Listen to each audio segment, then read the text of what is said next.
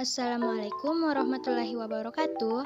Hai semua, pada video ini saya akan menjelaskan materi mengenai polimer. Adapun pokok pembahasan yang akan dibahas pada materi ini yang pertama, pengertian polimer, yang kedua, sifat polimer, yang ketiga, tata nama polimer, dan yang terakhir, penggolongan polimer. Polimer adalah senyawa molekul besar berbentuk rantai atau jaringan yang tersusun dari gabungan ribuan hingga jutaan unit pembangun yang berulang. Unit kecil berulang yang membangun polimer disebut monomer. Contohnya, polipropilena adalah polimer yang tersusun dari monomer propena. Secara umum, polimer memiliki sifat-sifat sebagai berikut. Yang pertama, sifat termal. Polimer sebagai isolator memiliki sifat termal yang baik, meskipun polimer bukan konduktor. Selanjutnya, sifat kelenturan. Karena bersifat lentur, polimer mudah diolah menjadi produk yang diinginkan. Selanjutnya, sifat ketahanan terhadap organisme. Sifat ini biasanya dimiliki oleh polimer sintetis, sedangkan polimer alam seperti sutra, wol, dan polimer alam lainnya tidak tahan terhadap mikroorganisme. Selanjutnya, polimer juga bersifat ringan, tahan terhadap korosi, dan dimensinya stabil. Tata nama polimer berdasarkan monomer. Yang pertama, penamaan monomer satu kata yakni dengan melekatkan awalan poli pada nama monomer. Contohnya polistirena dan polietilena. Yang kedua, penamaan monomer lebih dari satu yaitu dengan didahului sebuah huruf atau angka, kemudian diikuti nama monomer yang diletakkan dalam kurung. Contohnya, poli, asam akrilat, poli 1-pentena.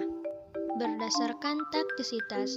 Dalam taktisitas, penamaan polimer diawali dengan huruf I untuk isotaktik atau S untuk sidiotaktik sebelum poli.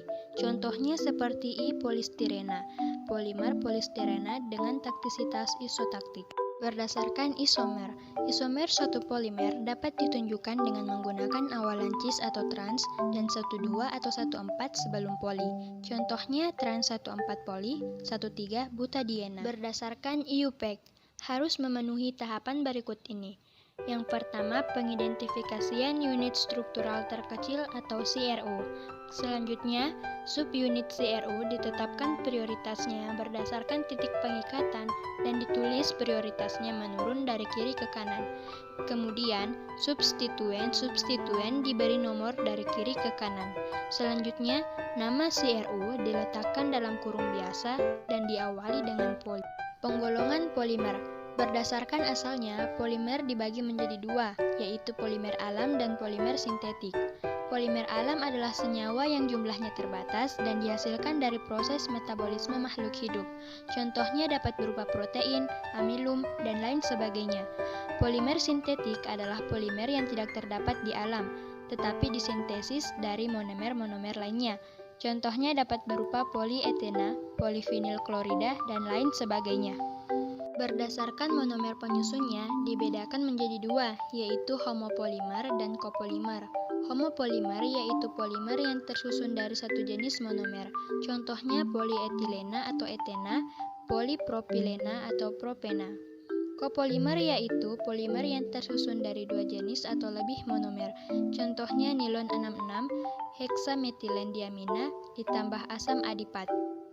Berdasarkan sifatnya, polimer dibedakan menjadi dua, yaitu termoplas dan termoset. Termoplas yaitu polimer yang melunak jika dipanaskan dan dapat dicetak kembali menjadi bentuk lain. Contohnya polietilena, polipropilena, PET, dan PVC. Termoset yaitu polimer yang memiliki bentuk permanen dan tidak menjadi lunak jika dipanaskan. Contohnya bakelit dan melamina. Berdasarkan susunan rantainya, polimer dibedakan menjadi tiga, yaitu polimer linier, polimer bercabang, dan polimer berikatan silang.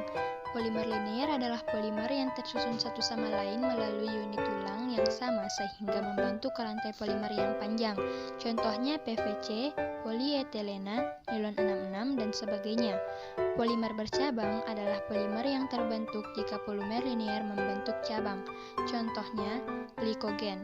Polimer berikatan silang adalah polimer yang terbentuk karena beberapa rantai polimer saling berikatan satu sama lain pada rantai utamanya. Contohnya, bakelit dan resin urea formaldehida. Berdasarkan penggunaannya, polimer dibedakan menjadi dua, yaitu serat dan plastik.